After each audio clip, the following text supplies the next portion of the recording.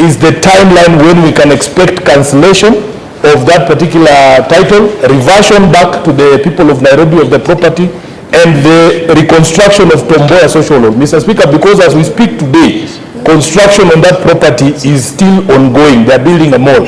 So, Mr. Speaker, the timelines of those actions, if the CS who has already made my day can just add the topping to the cake, I will be very happy for the people of Nairobi to hear when we can expect this time, this action to be taken. And Mr. Speaker, continue to protect us from hecklers in this house, because we are discussing serious issues here about people who we represent, and people are heckling. Senator Sifuna, you are doing so. Senator Gloria, must you always make noise in this house, honestly speaking? No, it's not in order, honestly. I want the CS say that she's intended to give, we wanted to table a document. I think this is online actually, CR12, to show the owners of Ngami. This was, Honorable Speaker, I came yesterday back to the country, but I ordered for that and it is available. Those are the current directors of Ngami Properties Limited. Yeah, the supplementary question maybe.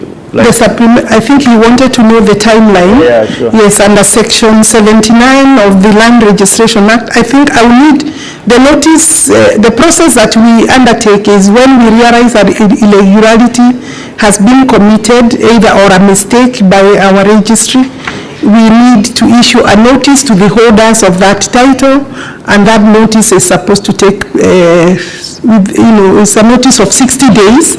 So I will take up the process immediately. So you can expect that then the notice is to call the person, the holder of the title, to return the title, failing which then we proceed to cancel it. In most cases, when they know it was an untoward activity, normally they do not present themselves, because you present yourself and the title for cancellation, or at least for interrogation. Once you don't come, we proceed to cancel. So it should not take me more than 60 days to do that. Thank you.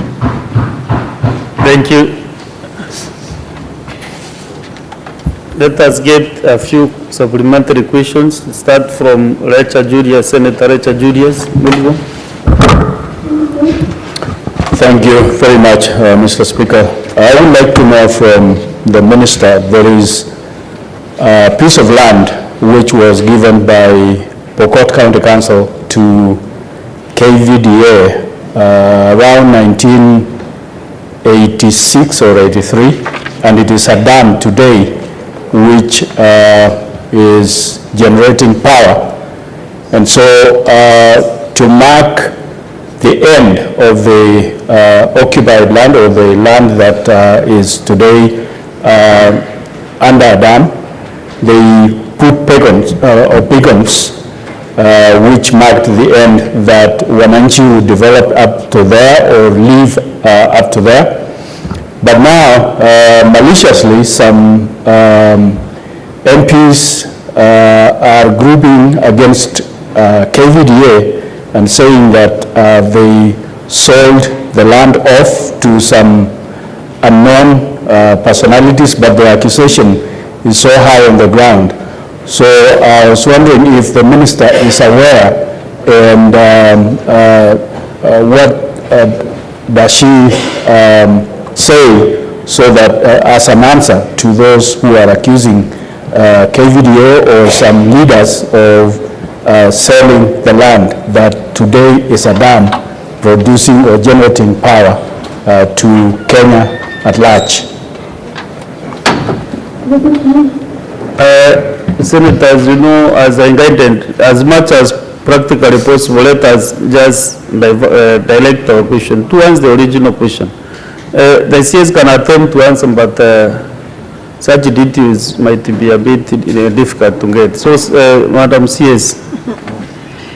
Thank you for the direction, Honorable Speaker. It's true that I'm not able to respond to that because it has not been brought to my notice area, but KVDA is actually an agency or parastatal under the Ministry of East Africa Community, Regional Development, and ASALS. And they would have the details of that particular problem. But Honorable Senator can also write to me, maybe, or to myself and the Minister for East Africa Region, and give us these details, and then we can try to help and resolve the problem. I don't know whether it's a problem where the dam has gone encroached. You know, sometimes dams exceed the area of the design, therefore a redesign may be necessary.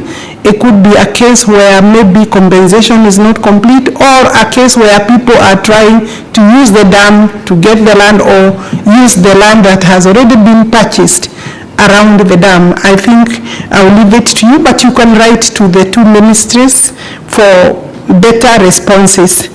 Overall, Your Honorable Speaker, I was asked about recovery of other public lands. Honorable Speaker, let me say that we are in the process of discussing with the Office of the President through hopes, and we intend to move the Cabinet for a resolution to allow the Minister to request for all ministries to forward their public lands that are in danger or have been encroached or have been grabbed, so that holistically I can address all of them, because it's not possible for the Minister of Lands to know which land has been encroached or has been grabbed. But I think it is, as a government, we have a duty. As a ministry, I have a responsibility to assist the government to protect and recover and document public land existing and what may have been taken away, and recover as much as we can, including prosecution of people who have been found to have stolen public land. Obviously, you see, even the Minister for Lands is not safe, because this particular parcel that Tomboya Socio is on belongs to the Ministry of Public Works. Indeed, Honorable Speaker, when I went to Kwale, to Kitare, I want to confirm that Kitare prison, is it the medium or maximum, is sitting on an individual's parcel of land. So I'm also proceeding to cancel those, because the prison itself is sitting on land that has been grabbed, over 3,000 parcels of land. So it is not an easy matter. We have to do what is right, and the support of Parliament, including this kind of questions, is helpful. Thank you. Senator Mandavo, you are on the queue at the top. Maybe you can ask your question, but I don't know, you have a problem with that box. It's possible. Maybe the clerks can assist me with my card. Honorable Speaker, thank you very much. I have, I don't know if there's a question or a suggestion to the Cabinet Secretary. On this digitization, Honorable Speaker, I'd like to ask the Cabinet Secretary, what happens with lands that are there are disputes during digitization process? And I ask that because, Honorable Speaker, there is a land in question in Uasin Gishu County between the people of Uasin Gishu, the county government of Uasin Gishu, and the Department of Defense. But during digitization, you know, a title that was fraudulently acquired was also digitized. So my request to the Honorable CS is, during digitization, I think all lands under dispute should not be digitized, because digitizing is further giving legitimacy, you know, to the fraudulently acquired titles. Number two, Honorable Speaker, the CS has said she's constrained in terms of budget for titling of schools. Honorable Speaker, it is my view that now that schools receive even capitation for operations, and it only costs a maximum of 20,000 to actually get a title deed, schools should actually be asked to process their own titles. Thank you, Honorable Speaker. Senator CS. Did I hear the Senator is proposing that we ask the schools to process their own titles?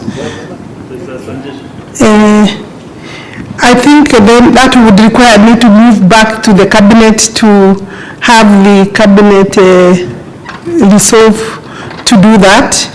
I don't see a big problem in the government. The schools are properties of the government actually. The land is not necessarily in the name of school. It's reserved for that school, but the titles belong to the National Treasury and they are registered in the name of National Treasury. So I think for us to assist to proceed to do that is important. And we also know that that is the only way we can be able to assure the validity, the sciences, the survey, integrity, and therefore I think it's not a bad thing that the ministry is the one that is finally doing it. You can imagine this is since 1960, this has not been done, so I think we will not be able to live to the schools. Again, some of the people around the schools are the ones who have grabbed some of the school land. In that process, we'll be able to return any grabbed land.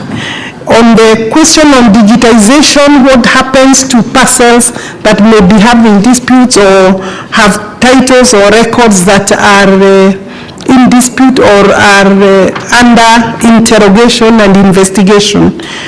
First, we capture the records that we have. But capturing the records we have by scanning and putting them in as part of our digitization does not mean we will be hindered from interrogating those documentations. But also the KDF land, I think you are referring to the KDF land. We have cancelled all those titles, so we don't longer have any problem.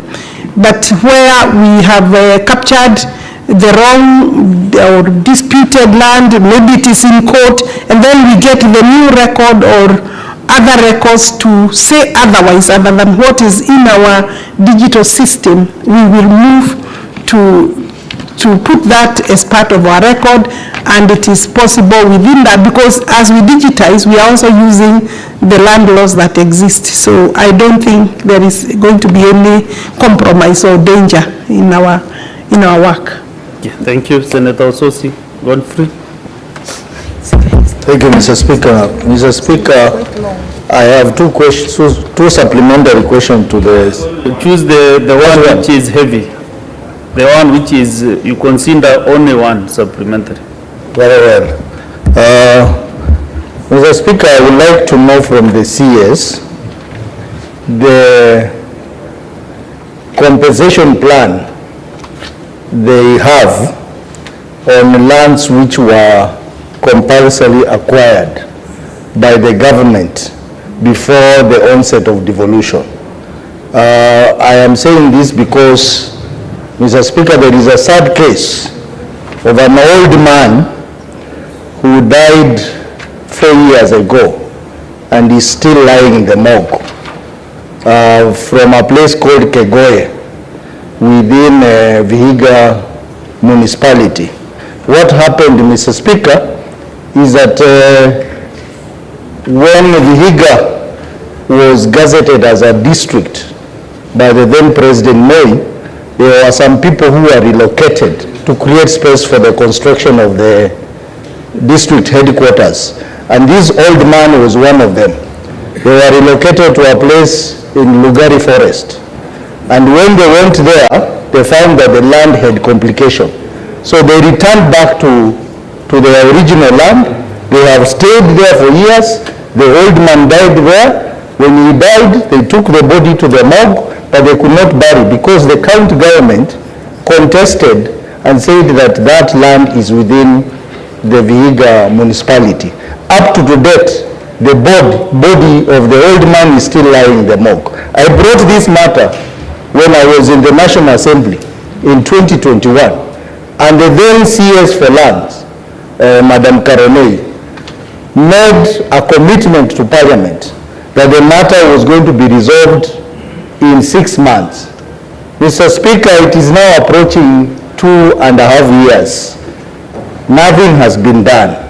What is the CS aware of this matter, and what specific action is she going to take to address this matter so that this family can bury their old man as soon as possible and stop incurring mortuary fees, given that this family, even though The county government has refused them to bury their dead. They are still occupying the land to date.